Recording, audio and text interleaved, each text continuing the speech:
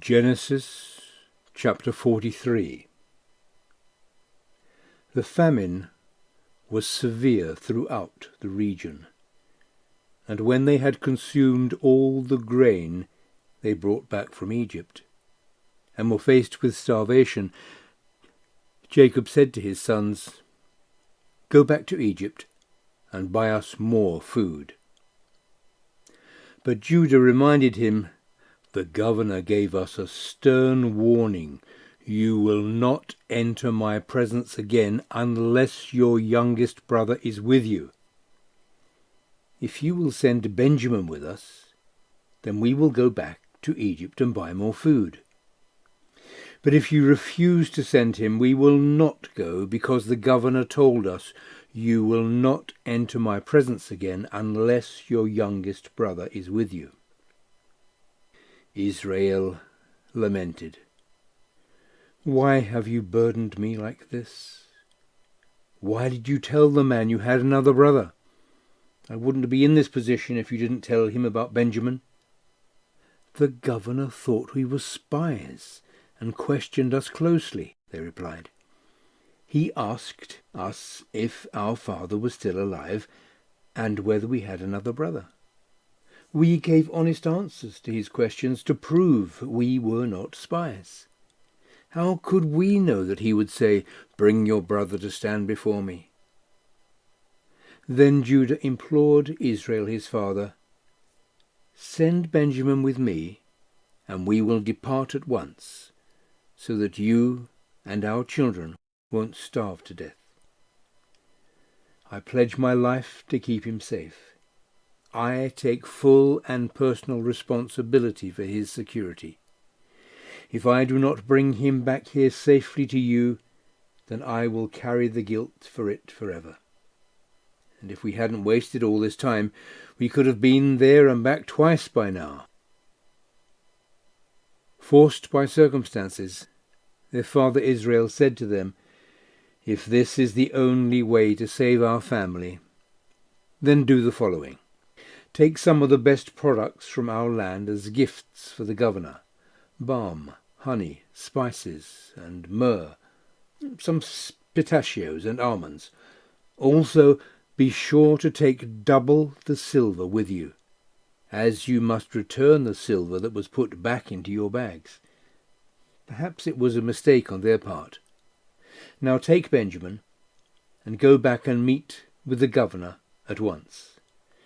And may the Almighty Creator God impress the governor's heart to know the truth and have good will toward you, so that he will let Simeon and Benjamin return with you.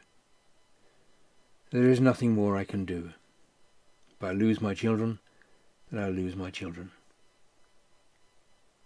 So the brothers gathered the gifts and took a double amount of silver and their youngest brother Benjamin. They then hurried to Egypt and presented themselves to Joseph. When Joseph saw that Benjamin was with them, he instructed the servant in charge of his house, "Take these men to my house, slaughter an animal and prepare a meal. They are to eat with me at noon." The servant did as Joseph had instructed, and took the brothers to Joseph's house. When the brothers were taken to his house, they were filled with fear and afraid for their lives. They thought, "He's brought us here because he thinks we didn't pay the last time, or that we stole back the silver that we found in our bags. He's going to kill us, or enslave us, and take our donkeys as compensation." So they approached Joseph's servant at the entrance of the house and pleaded their case. "Sir, please listen to us," they implored. "We came here the first time and bought food. But at our first stop on the way home, we opened our bags, and each one of us found in our sacks the silver we paid for the food. We have no idea how this happened, but here it is. We have brought it back to return it. We have also brought additional silver with us to buy more food this time. Please believe us. We have no idea how the silver got into our bags."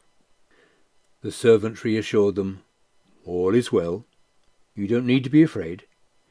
Your God, the God of your father, must have put this treasure in your bags, for I am sure I received your payment." Then he brought Simeon out to them. The servant took the brothers into Joseph's house. He gave them water to wash their feet and provided feed for their donkeys. They had heard that they were to eat there, so they arranged their gifts to present them to Joseph when he arrived at noon. When Joseph came home, they brought their gifts into the house and presented them to him, and they bowed down on the ground before him.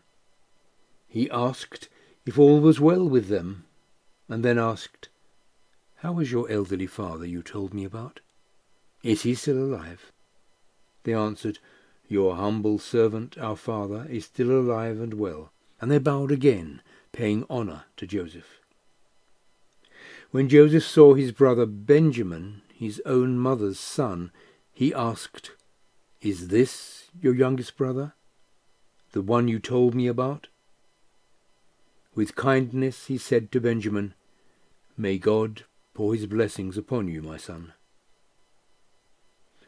Overcome with a deep affection for his brother and about to cry, Joseph hurried from the room and went to his private apartment and wept. After washing his face, he came back out and, keeping his emotions under control, said, "Serve the food." They served Joseph at one table and his brothers at another. The Egyptians who ate with him ate at a table by themselves, because Egyptians would not eat with Hebrews, as that was offensive to them. The brothers had been seated at their table in order of their ages, from the firstborn to the youngest. When they realized how they were seated, they were amazed. When the food was served from Joseph's table, Benjamin's portion was 5 times as much as anyone else's, but no one became jealous of Benjamin. They were just happy to be together. So they ate and drank freely with him.